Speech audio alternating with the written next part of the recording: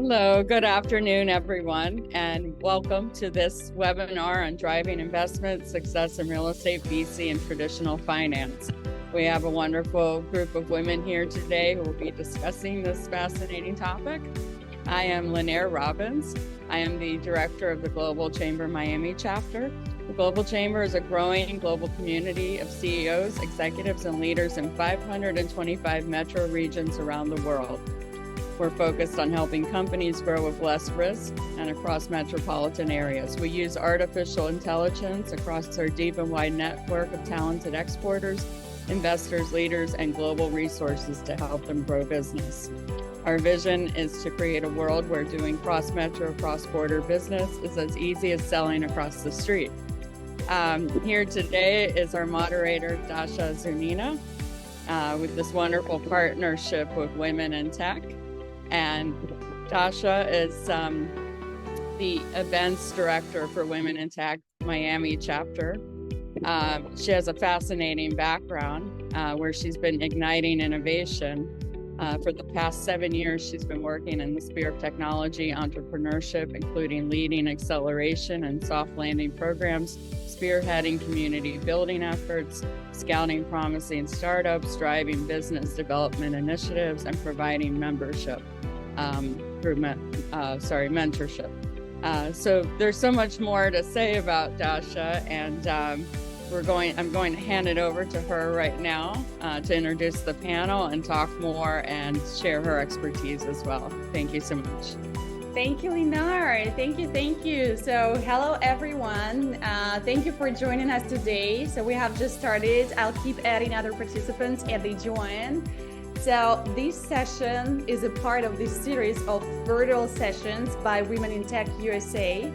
Just a short introduction. So Women in Tech is the world's leading organization that fosters inclusion, diversity, and equity in STEM. With our head office in Paris, we are a global movement with chapters in 6 different continents, counting more than 200,000 members all over the world. So today, the name of our panel discussion is Driving Investment Success in Real Estate, Venture Capital, and Traditional Finance. We will talk about how women in tech navigate the traditionally male-dominated industries of real estate, VC, and finance to drive this investment success. Let me shortly introduce the panelists. We have 3 amazing panelists today from 3 different spheres and different backgrounds. So it's Natasha Falconi, the CEO and founder of Falconi Capital, representing the real estate world today. Hey, Natasha. Say yes. Hi, how are you? Thank you. So you can hear us, we can see and hear you. Great. Thank you for joining. Then we have Anastasia Likova. She's the partner at Startup VC, and obviously she's representing the venture capital world today. Hi, Anastasia. Buddy. Great. We can see and hear you as well. And we have the 3rd amazing panelist is Amber Payton. So Amber is the CEO and founder of Smark, and she's representing an small and medium business world today. Hey, Amber. Okay, you're muted, but we can see you. Hey, how you doing? Yeah, thank you. Great, amazing. So before we start our panel, I just love to remind you that our chat is open for questions, and not only for questions, but also for your comments as well, because we'd like to learn from you. Feel free to share your insight, experience, ideas, whatever you want, or feel free to raise your hand if you want to ask something in particular. So I'm super excited to start, and Natasha, let's begin. Yes. So my first question is to you. So let's start in this way. I did a little research, and according to statistics, there is only 32% of real estate investors that are women. So what I know, real estate investment is a very popular choice for building your wealth. So why are more women not invested in real estate when it's a primary wealth driver for so many individuals? Tell us, please. That's a great question, and a question I love to talk about. So 32% of women actually work in real estate investing. So they either work for someone else, that owns real estate investments or they're part of a group, only 3% of women invest in real estate. 3%. And of that 3%, about half of them have inherited it. So if we break it down, it's about, let's say, 1 to 2% of women that actually invest in real estate. And so why don't we do it? I think that we are trained to be conservative. We are trained to listen to keep your money in the bank and save, as opposed to knowing that we can diversify and, like you mentioned, create generational wealth through real estate. And many times we just don't know it's an alternative. So we believe as women that we believe that it's like such a massive feat that it's something that we can't handle. And it's really not. It's possible. Yeah, so I definitely agree with you that we're trained this way. And it's very interesting that you mentioned that actually most of the women, they have just inherited that, this wealth, this real estate. So it's not that they were doing it proactively, looking for this opportunity. That's very, very interesting. Okay, so this is the situation in real estate. So it's actually worse than I mentioned. I said 32%, right? Okay, thank you so much. We'll get back to this as well. I'd like to move to Anastasia, to the venture capital world. Let's see how the picture looks here. So again, I would refer to the statistics that around 15% of tech startup founders in the USA are female. And I have to admit that in other countries, the situation is actually even worse. So Anastasia, why do you think is this the case? Yeah, I'm so happy you asked me that, because we actually did some research quite recently about this. And, I used to run an accelerator program. I ran an accelerator program for maybe 4 or 5 years. So I was kind of in the trenches, right? I saw all the incoming applications. I was able to track them through different stages, and not just for our accelerator, but also, we talked to a lot of other accelerators and earlier stage VCs. And we kind of see the dynamics, right? We see what's in the portfolio, we see who's applying, we see who's taking that chance even, right?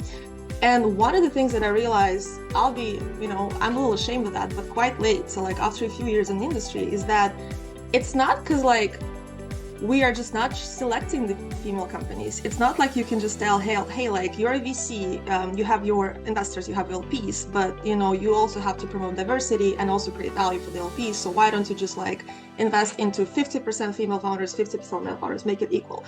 Unfortunately, once you start actually working in the industry, you realize that there's just not a lot of applications. And so we did some research, and only 10% on average, right? So different accelerators, different metrics. Ours was actually 17 or something like that, but still not 50, right?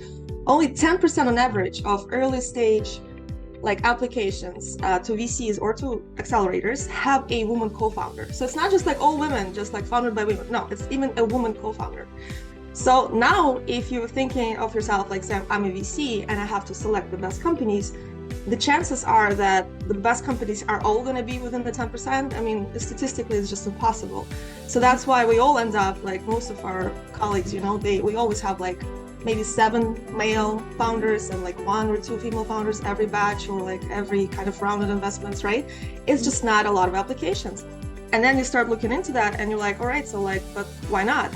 And it's basically a vicious cycle. So I think our environment shapes us a lot. So unless you grew up among tech founders, or your friends are tech founders, so you even have a bunch of maybe friends who are women who are tech founders, you're just not going to think of yourself as of this, you're just not going to choose this career path, not because you don't want to or you don't think you can do it, just because you just never heard about it, you're not exposed to this. And so basically the cycle goes like this. We don't have a lot of applications, so we don't have a lot of startup founders that make it to the next round, right? We cannot give money to more female founders just because we don't have enough applications. Yeah. Because we don't have enough applications and we don't have enough startup founders, we also don't have enough female VCs. It's also very, very slow, low numbers.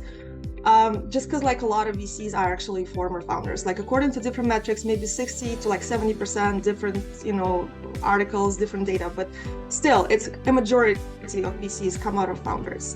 because we don't have a lot of female VCs, we don't really give a lot of funding to female-led businesses because, you know, there's a lot of biases and they're subconscious. Like, I know investors, like VC investors, you know, they're really like very open-minded people, so they're trying their best, but because most of them are male, like it's just like some sort of subconscious things, like biases that, you know, they don't even think about when they're making a decision to give the money. It's just like they invest in what they know, and a female-led company is still kind of a rare sight, right? So, okay, so now we don't have a lot of funding. Because we don't have enough funding, we don't have a lot of big cases. And because we don't have a lot of big cases, like, you know, we don't have a lot of exposure. So it's not like you hear on every quarter, hey, like this lady made the startup and she was amazing. Like it usually happens with male companies, like male-led companies. And so I think this is basically what's happening. And unless we kind of try to change all of this, or we go very, very, very early stage and try to expose more women, and I'm going to talk maybe about it later, but yeah, basically it's because it's a cycle. And it's impossible to break it by just saying, hey, let's just give more money to female companies, because to be honest with you, it's just not a lot of applications, right? So, and yeah, like you said, in other countries, it's even worse. Like we looked into Asia, like Central Asia, Europe even, you know, like the mentality is just even worse, like the exposure levels are even lower. And one more thing that I was thinking about is that when I do talk to our female founders, I think one of the things is that's also kind of like on their side, stopping them from creating a business or moving forward with their business, is that ladies usually like, and I'm talking about myself maybe mostly, like I don't want to offend anybody, but we do try to take care of everything. You have this mentality where it's like, I have to do everything and I have to make sure this works and I have to be responsible and I have to take it further, right? We treat a business as a baby, like it's our baby. And a lot of us are scared to actually ask for help, to even look for help, to realize help is there. And, you know, like we're afraid to hire, we're afraid to, well, not hire, but like get somebody else, like an advisor on the board or something like that early on. And I think that's also something that men are very kind of good at or like used to doing, right? I think the correct word would be used to. So yeah, so the two things. First of all, not enough exposure at very early stages, not enough like mentality change for women. And then yeah, like on our side, we just have to let go a little bit and let people help. Yeah. But you know, thank you very much for like a ton of insights. And actually, this is really interesting that you don't have enough applications. And basically, this is true. I mean, now when we have more like when kids even have more access to internet, you know, to different channels, they kind of can learn it easier. But like back to our childhood, it was like much more difficult. And I remember, like, I am originally from the Russian Far East, where the main industries were wood, forest, and diamonds. You know, not that, but you know, they had nothing related to innovation or tech industry.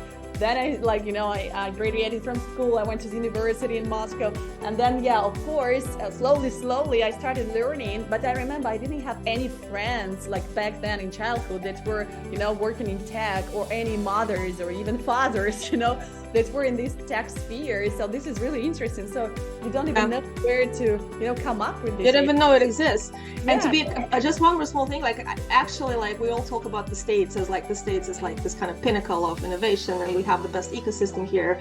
But when it comes to women, and you know, me and my boyfriend, like we argue about this a lot. So he's like from here, and you know, we've been together for a while. We discussed this topic many times.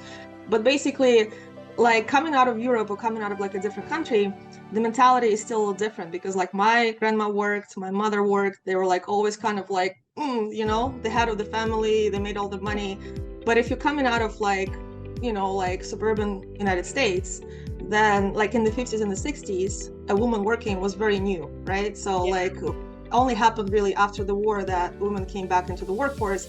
So for many years, the mentality was that woman is a homemaker. She has to live with the kids. White America. Yeah, she has to take care of the kids. America. Oh, okay, yeah. That's just my insight talking to him. There's all types of Americans. White America. Okay, I agree with that. White, but middle class, upper class America. Okay. Yeah. But like still a part of like, you know, this culture in a way that, you know, we're just not kind of conditioned, not exposed enough. Yeah. But you know, actually, just like a quick little comment, and I would go back to Amber, that we mentioned that 15% in States, in other countries it's much less, but I was surprised that in Australia the percentage is higher than in the United States. So that was actually, I would say, surprising for me.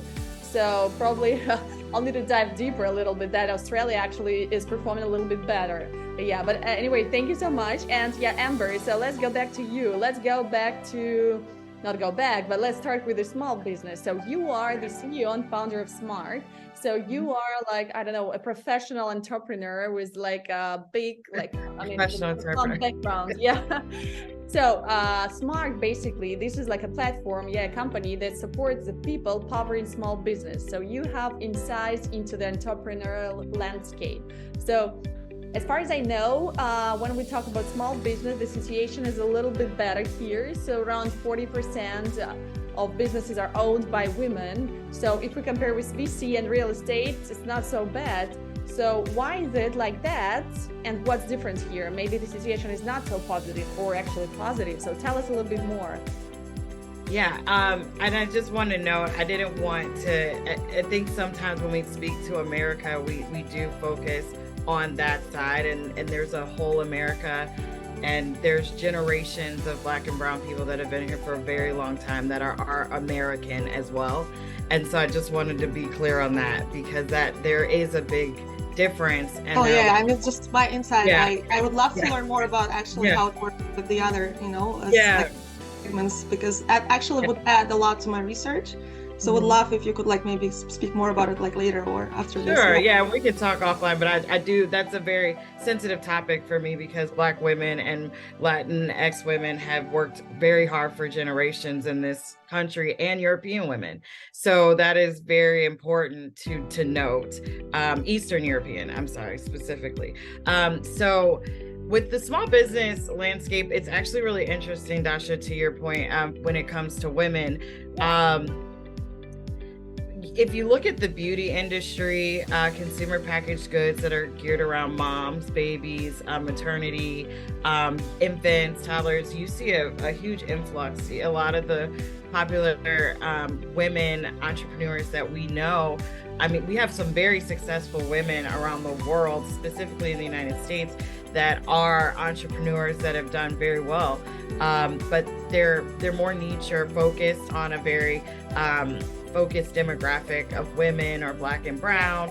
And I think that to Anastasia's point is that there's a confidence there, right? When you go into the startup world and technology, AI, there is a nuance that we don't talk about a lot within women. And this isn't just across like from a color standpoint, but or ethnicity. It's really like how men have dominated this space and have a level of confidence when it comes to commercial real estate, when it comes to investments.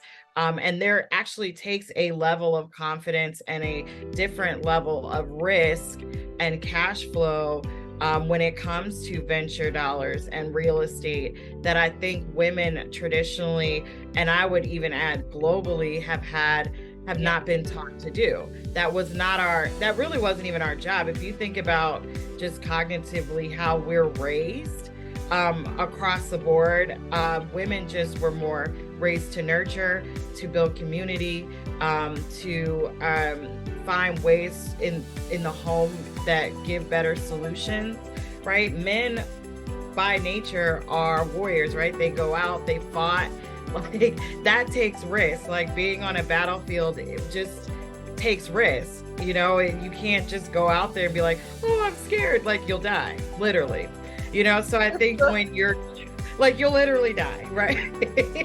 So you have to consider a lot of that, and you kind of have to take the emotions out of it a little bit and say, man, that kind of makes sense. Like just how we are naturally raised in our cultures, that men are going to have to take more risks. So with that being said, you do see a lot of women starting businesses. I think women are tired of feeling like in corporate settings or in the educational space that they don't have a voice.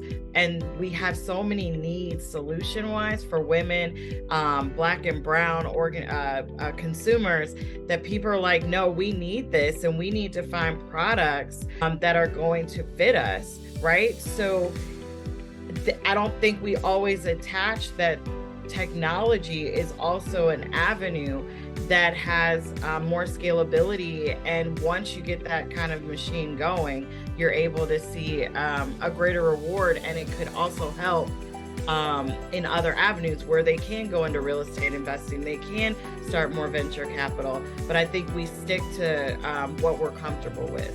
And so that's why you see an influx, but just in certain industries of small business. Yeah, that makes a lot of sense. Yeah. That makes a lot of sense. Here we're talking more about like typical, as we say, traditional spheres for women where they feel comfortable to perform. That is actually very, very, that explains a lot, obviously. So, and Natasha, let's go back to you. Because we started talking about women in real estate, how did you end up being there and why? So how did it happen? Tell us a little bit more. Well, for me, the way I studied accounting and became a CPA, and I went to work for an accounting firm. And I was assigned to the real estate department. So I didn't choose it. It chose me at first. And what's interesting, and I was in the tax department, so I was processing tax returns and learning all about real estate. But what's interesting, and it kind of ties a thread to what everyone else is saying, is it never crossed my mind that that was something that I could do. So I continued my career there, and then I went to work in the private sector for a commercial real estate owner developer. I started as their controller, and I was there 18 years and left as the president of their company. Again, all of that time, it never occurred to me.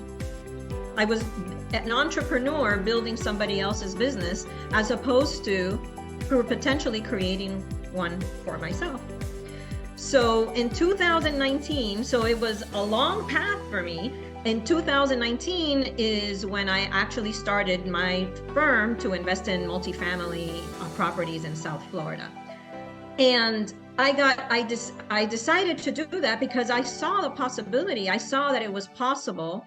And I decided to take that risk because whether you do it actively the way I do it, or you do it passively, they're both fabulous options for women to invest and create generational wealth and just increase their wealth, period. And I didn't know it. None of that came to my mind as I was working and doing for others. And it's why I scream off the rooftops, ladies, you must invest and you must get involved and you must do something for yourself. Do what you love, because you don't have to be in real estate, for example. Do what you love. Have the small business. Invent a product. Create something in tech. It doesn't matter, but real estate is something that can supplement anything that you do. And so that's why I started, and super happy that I took the leap that and all three of us have said this, that I took the leap and had the confidence. It doesn't mean I wasn't scared, and it doesn't mean that I'm not scared every day, but because that is something that always exists when we're in business, I believe. But you overcome it. And you just have the confidence that it doesn't have to be perfect. Yeah, I think you just have to take steps to do it. Yeah, this is very important. I mean, as long as you keep doing that, everything should be okay, because we have a lot of fears, right? And this is really scary to start your own business because you don't know what to expect. And obviously, as long as you're doing these little steps, things will work out. But the only thing that you have to have enough courage, to start it.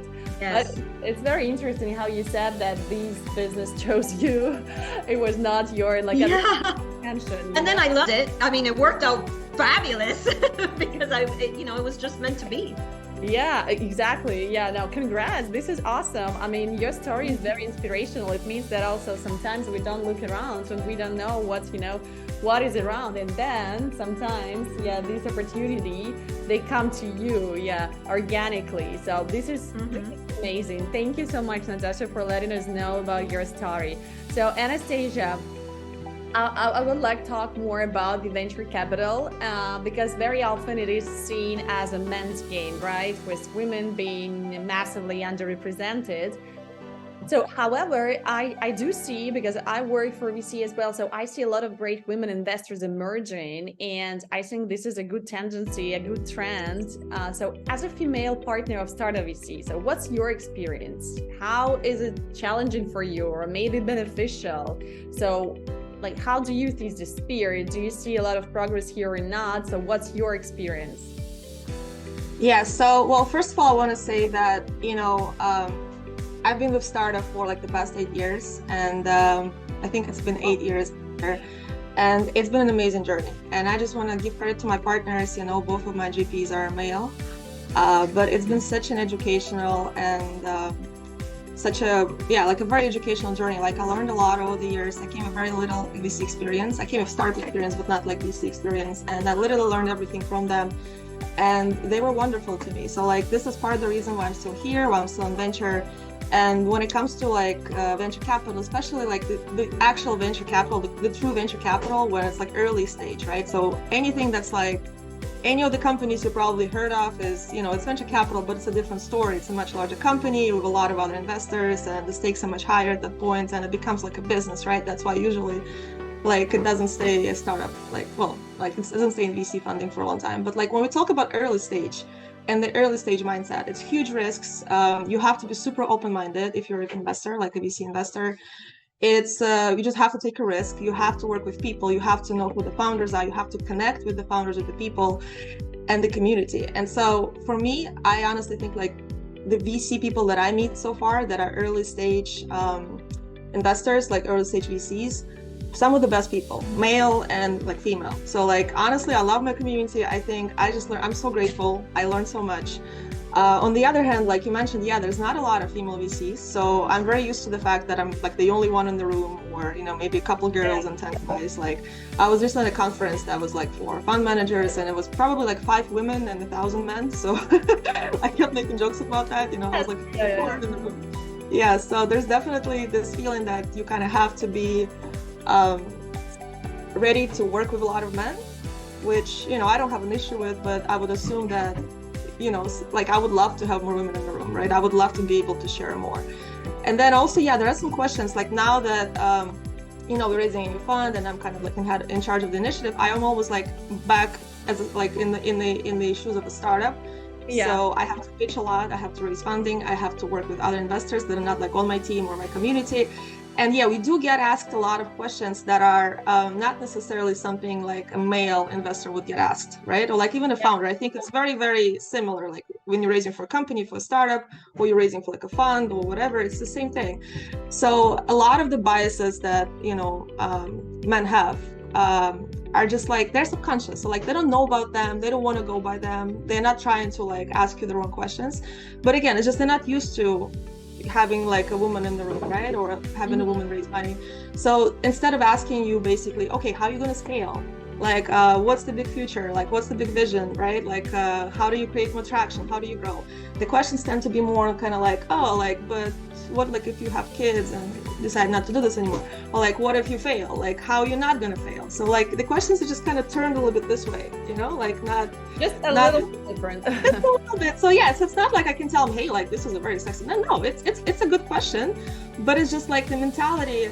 Like, you really have to find those people who who understand. So first of all, either who have really good examples in their lives, so like who worked with female founders before or female VCs before, or you just have to be like, hey, are you aware of this? So I think just having them being aware of the subconscious biases that they might have, just like being like, have you ever had this thought process where you're thinking, oh, like, maybe she's not going to do it because she's going to have a kid, or like something like that. Just letting them know that this exists would be really important, because a lot of men, like you said, there's a lot of new female VCs. I see, like you said, a lot of emerging ones. There's actually a lot of different programs right now too for female VCs. So that's amazing. That's great. I'm really happy this is happening.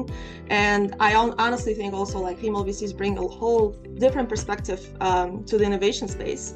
And a lot of products, like if you look into it, like some of the latest like, disruptions were created because there was a female co-founder, a female VC that invested into that. Exactly. So I would love to have more of us, I'm pitching to everybody, be like, VC is the best space, like you guys should join. Maybe to both VC and real estate, No, but definitely, I agree with you. And it's just naturally, we think differently, men and women. It's all about diversity right here, because you have different perspective, different views, and it all helps when we have like a big picture. But also like a little quick question for you in terms of when men and women get different questions asked. So for example, if you're a female founder raising funds and you get this question like, what if you have a kid? So what's the best strategy, how to answer, not to have mental issues, being asked like, are you married? Do you have a kid? What are your plans? So like, what is the best way? You should be like aggressive back, or you should be like, so maybe you've heard some really good answers that we can keep into consideration, No, I mean, I don't think you need to be aggressive ever. Like, I don't think an aggressive strategy works, just saying the truth, just saying, yeah, I'm going to have a kid, I'm going to have a nanny, or, like, don't you have kids? Like, do you not spend any time with them? Like, it's just this kind of stereotype that if you're a woman, you have to be with your kid like 24/7 or whatever. I think in the modern world, it's very accepted that people hire nannies, or like, both parents take care of the child. So just kind of reminding them, like, don't you have kids? If they have kids, or like if you have a kid, aren't you gonna like spend any time with your kid? Like it's an issue that not just women have, like not an issue, it's like a miracle, right? Or whatever, like something that actually brings into your life. And then I actually know personally a couple female founders who have very young kids, and who had to take care of them pretty much by themselves. Sometimes that also happens. Yeah. But that made them so much stronger, because like you have like a reason to do this now, like even like more than you had before, you know what I mean? Like you are doing this for your kid. Like if you fail, like you don't build a future for your kid. So I think if anything, that's like more motivation than, it's actually good for any businessman. 100%. Yeah, I know a lot of examples as well, and I know a lot of successful female founders, and that's like not an issue at all. So basically, summarizing everything to make it short, just being honest probably is the best strategy. So you just have to say like how it is, right? So you shouldn't like. Yeah, I would say so. And I mean, honestly, I think if you're working with an investor that you want to work with, like you have to this kind of like. You have to like the guy, right? Or the girl, hopefully the girl. So you have to get along, you have to be able to communicate. So if this is something you can't communicate to this investor, then probably not the best investor for you. For sure that it has to be a match. Yeah, thank you so much, Anastasia. So Amber, I have another question to you. So talking about small businesses, so what are the main challenges or obstacles that women face when starting and running their own business? So tell us a little bit more about that. You're muted. I just don't want the dog to bark or anything. Like, I'm like, I don't want the dog to bark or any like landlines to start ringing, so try mute. You know what's crazy, Dasha, about that question is that many times the issues that men and women face with starting the business from an operation standpoint are all pretty much the same, like across the board, just from my experience, from meeting with tech founders all the way down to a brick and mortar bakery, solopreneurs. The gap is generally, well, how do I market? How do I sell? How do I set up like payroll and taxes? Those are all traditionally across the board what people have gaps in, right? Where it splits is the mindset, right? But it's neither one is effective a lot of times. And one of my business coach I have a business psychologist who's a business coach. She always would stress to me early on about my mindset, and how that's important. And early on, I didn't really understand that coming from corporate, but now going on almost 7 years of entrepreneurship, you're like, oh my God, I really understand what she meant. Because on one swing of it, the egos are insane. They think they know everything. You can't tell them anything. Oh, this is right? It's insane. Like, and they will literally tell you what you've known for 20 years and stand on it confidently, loudly, and even interrupt you, right? And they're failing because of their ego. And then women, it's like a lack of ego and complete imposter syndrome. Overthink. We don't want to promote ourselves. We're embarrassed. We don't think we're good enough. And then this is what I hear from all different ages. The only ones that I've seen that have had the most confidence are the younger girls, the younger women. And that's like middle school, high school, early college. By the time they've gotten to their senior year, it's like insane. They're starting to think. And I think there's some in between when they go into their college, you know, of whatever they're specializing in, and they're with the men, which are all the way on the left side. So it's like, how do we bring people here where you're realistic, you're hopeful, you're optimistic about what you're doing, and then how do we bring that to building like a sustainable business? One of the main things I joke about is I look at a lot of business plans, I look at a lot of business owners and their numbers. And the biggest joke I have is there would be more billion-dollar businesses, but people get in the way. And it's literally, I look at pure numbers every day almost, and it's insane how many people are sitting on million-dollar, billion-dollar businesses, but they can't get past their mindset. They can't get past how they see it. And I see it with women a lot. So that's a big gap. And there's a lot of research on that too, with men and their egos and taking risks. And so there's a lot of great case studies out there about that. So can you say that, for example, for you as an entrepreneur, so is that you have like trained yourself, that you worked a lot on yourself, that's why you are here at this point?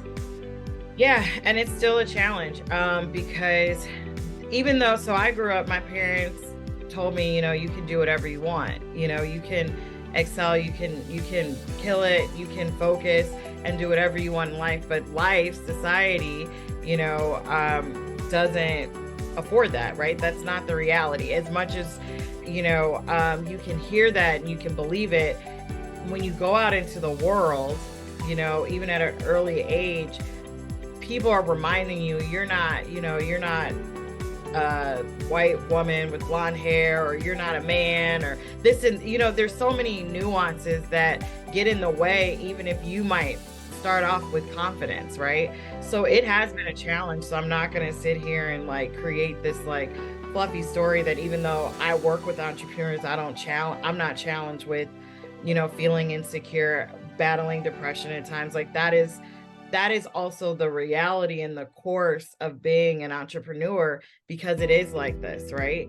And so how do you learn to do this? And my business coach helped me that. I started with an advisory board with Smart versus like my other company, I didn't. That's helped. So they've kept me very balanced, and a lot of them have completely different careers than I did. Some are young, some are old, some are very astute, some are more creative, but I did that on purpose to give me a healthy balance of like what I need to do to move forward with my company. So sometimes it's not necessarily where you are emotionally, it might be setting up a community of people around you to support you. Like my confidence has grown just being on the national team with Women in Tech. Like that's helped me just doing this over the last year, and working with Lori and our deep conversations, meeting Marnice and others, like it's been Stephanie, like that's actually helped me like a lot to be like, okay, I can do this, I can focus. This network of women we're building has helped me to feel more confident as well. So I don't know if the answer is necessarily within yourself. It's the advisors and team and community you build to keep you on the path for sustainability. And I don't think people talk about that enough. And it's not just purely the numbers. Does that make sense? Yeah, it does. No, actually very, very interesting. So to make it short, we have here just like, an issue because it's naturally like that men and women are different, right? So psychologically or whatever, mentally we're different. And also I do think that community helps a lot, that's for sure. Community, people surrounding you, they do help a lot, and especially they help you building this confidence. And I can say that I truly agree with you. And in terms of women in tech, it does help me. It did help me as well. So that's for sure. And also here we can also add mentorship and so on. So thank you so much, Amber. That was like very deep and very insightful. Oh, sorry. I wasn't trying to be that deep. I apologize. No, but I can be I can get a little deep. That's a good thing. So so Natasha, going back to you. So wrapping up this discussion. So what advice would you give to aspiring women who are interested in pursuing careers in real estate? So what steps can they actually take to position themselves for success? Well, I believe, first of all, everything that Amber said, it's so funny because it applies so much to any industry. And I want to say that what you said about social circles, I want to enhance that, because when I started my business, and I'm like, okay, now what? And I have proactively gone out and found people and women in other areas, in other businesses, and created, I have a group that I go out to dinner with once a month to just talk about business. So it's really important for you to answer your question, to find other people that are like-minded, that think like you, that want to grow. So I think you need to educate yourself. So let's say you want to be a part of real estate. Educate yourself. What part of real estate do you like? Do you want to be active in real estate, or do you want to be passive? Appreciate, understand the fact that real estate is something to invest in, but you do it passively. So educate yourself on which side you want to be in, because like I mentioned, you don't need to be in real estate to invest in real estate. The confidence and the commitment, because nothing is perfect, and just learning with confidence and surrounding yourself with the people which I just mentioned that think like you, and doing the reps. So you go to the gym one day and it's great. So how do we increase the number of women in anything that we're doing? It could be real estate, it could be a VC, it could be small business. How do we get more women to show up in a room or at a conference? Because I have the same problem, 5 women, 1,000 people. We just got to do the reps. It's not about men or women. We've got to do the reps. And what does that mean? You go to the gym and you work out a little and you don't show up, it's one result.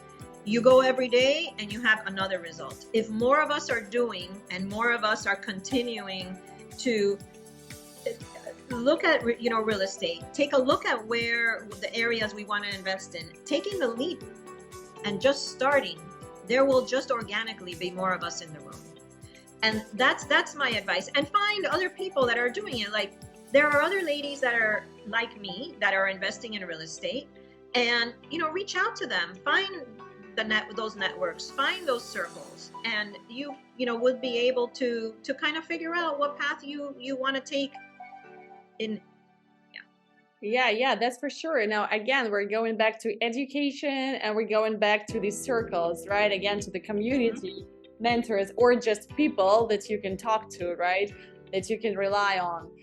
That's for sure. That's very important. The only thing sometimes I see that, people, especially when I talk to startup founders, they say like, I have this brilliant idea, but I know nothing about this sphere, so that's why I can't do it. And very often we say you don't have to know everything to start working in this. Yes, you can learn with time. I mean, no one knows everything, right? So, and if you want, for example, to do business, I don't know, in farming, but you haven't known anything, just start learning. And with time you will see how you will evolve. Yeah, that's very important. And I mean, sometimes people are too scared, to start because of these, and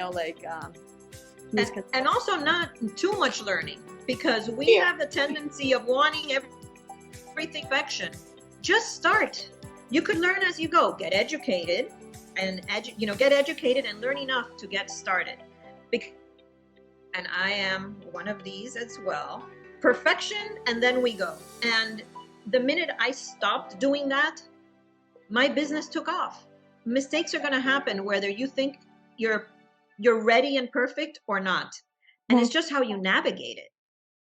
Yeah. I want to actually add to that too, because like from my experience working with a lot of founders, learning and doing is actually very different things. And like, sometimes you have to have doing skills, because the learning skills, I mean, the knowledge, let's say, about a certain industry, like you'll get people who know, you'll get advisors, you'll get somebody on your team who's a tech person or who's an industry person that can help you with like the specifics.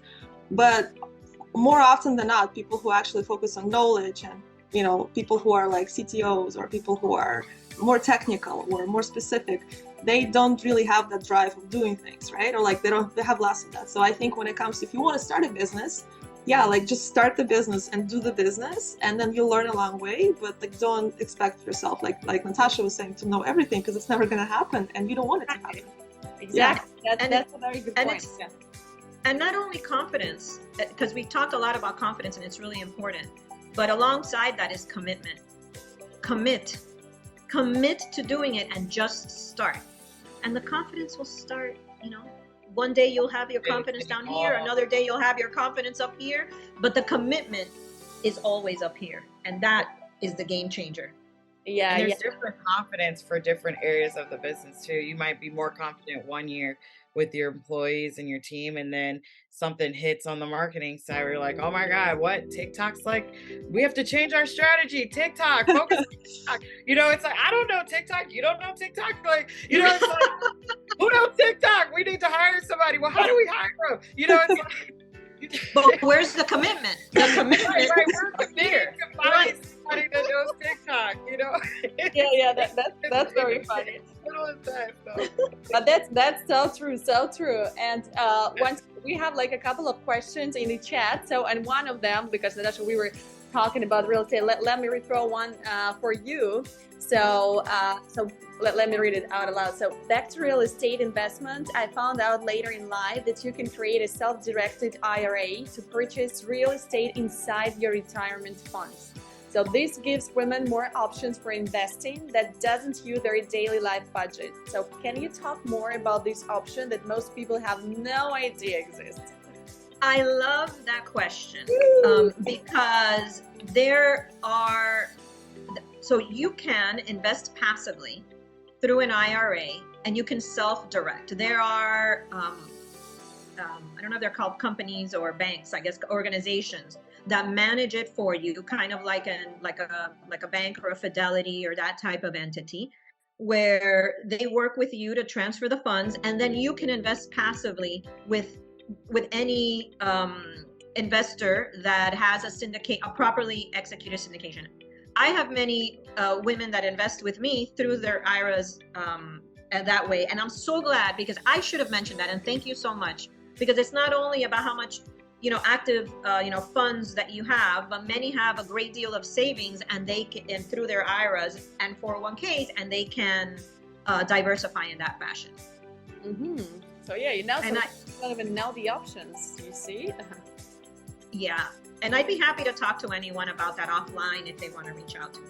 Yeah, sure. Thank you so much. We also have one question from Linar. Linar, please go ahead. Thank you. And this is all fascinating. Thank you so much. A few of the comments here was regarding same challenges for both men and women starting. Amber, you mentioned that.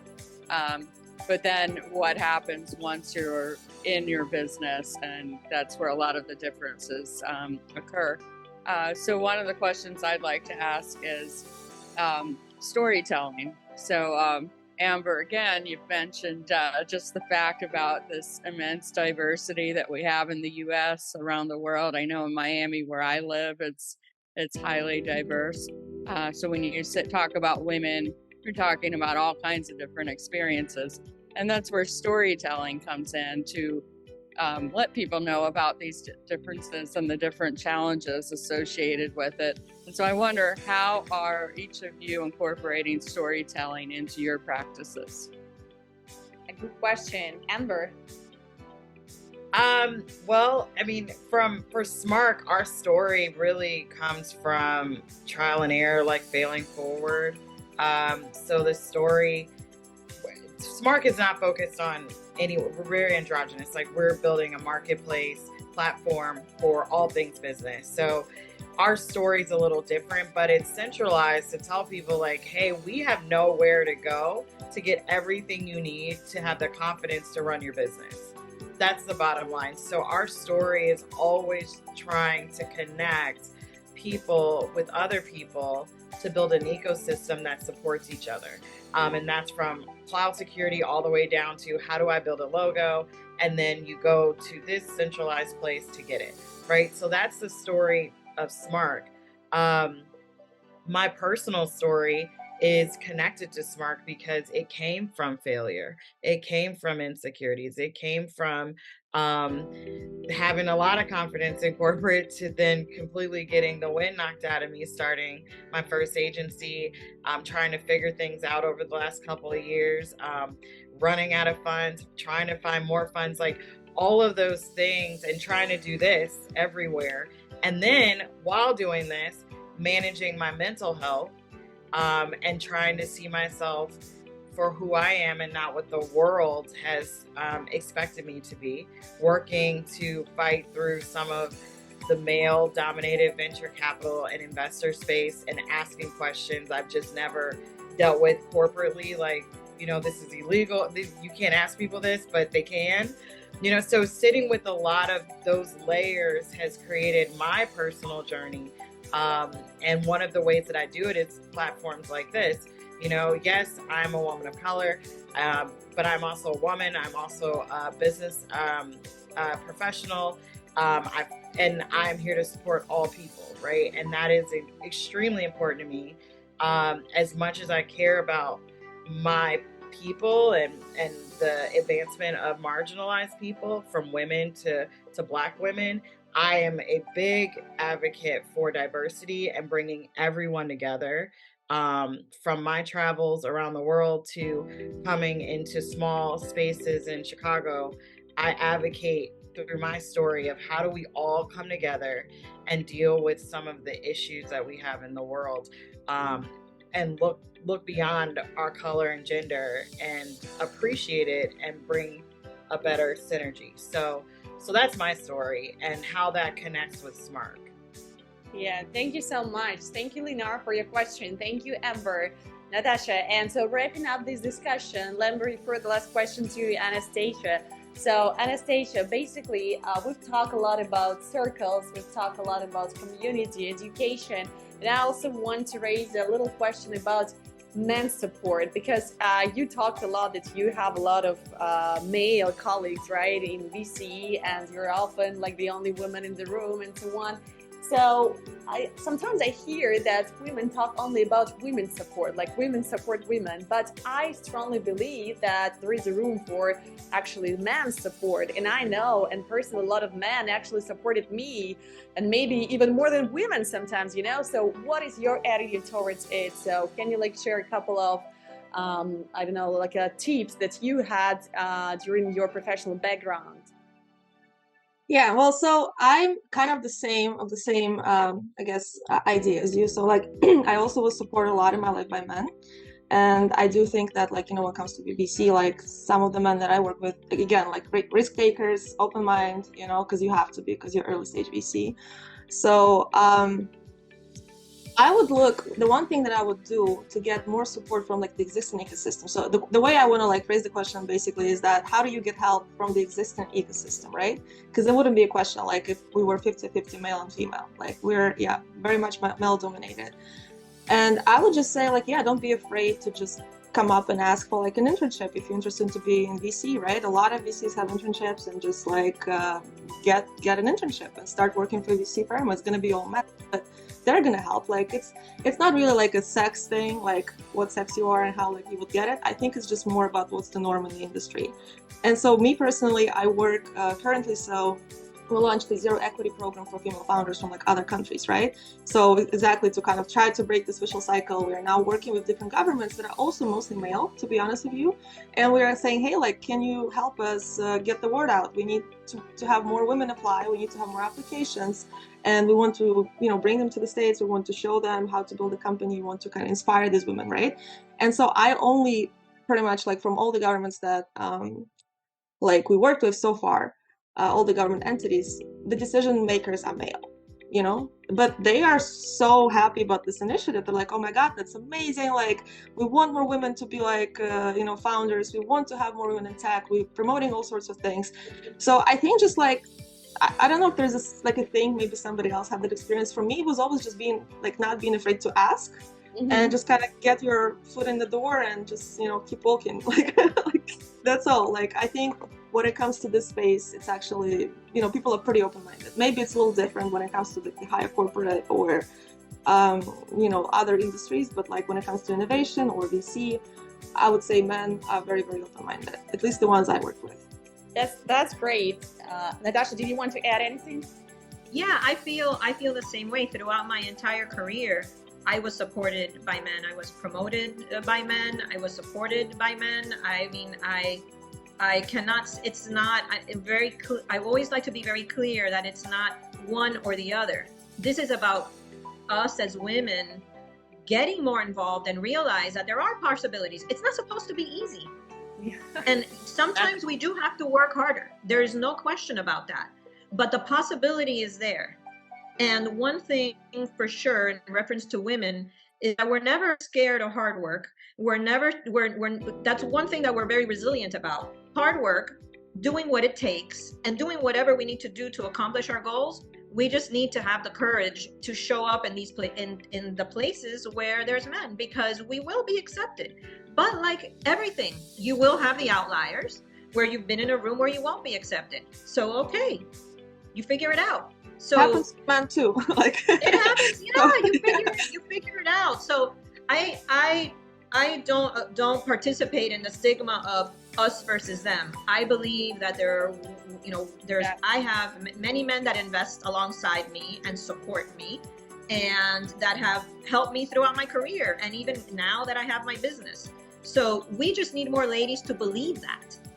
And that's to me what this is about. We need more women to believe that they can apply for the VC money. We need more women to believe that they can invest in real estate. We need more women to believe that they can get funding to have a small business. That's really what I think this is about. Yeah. Thank you so much, ladies. Yeah, this is was very inspirational. So summarizing everything you said, you have to stay confident. You need to have a certain level of commitment. Yeah, you have to be hardworking, whether you like it or not, and you have to try something new. You have to believe in yourself. So these words are all super inspirational. So I really hope that slowly by slowly we will change all this perception, and we will encourage more women to try something new, to go into tech and to build their own careers and to stay for themselves. So thank you so much, Natasha, Amber, Anastasia. That was a super cool discussion. This video is being recorded, so we'll share it on our YouTube channel and also on LinkedIn. And thank you so much, Linar and Global Chamber, for partnering with us to make it happen. Thank you so much, and have a wonderful day. Thank you, our dear audience. Thank you so much. Bye-bye. Bye-bye.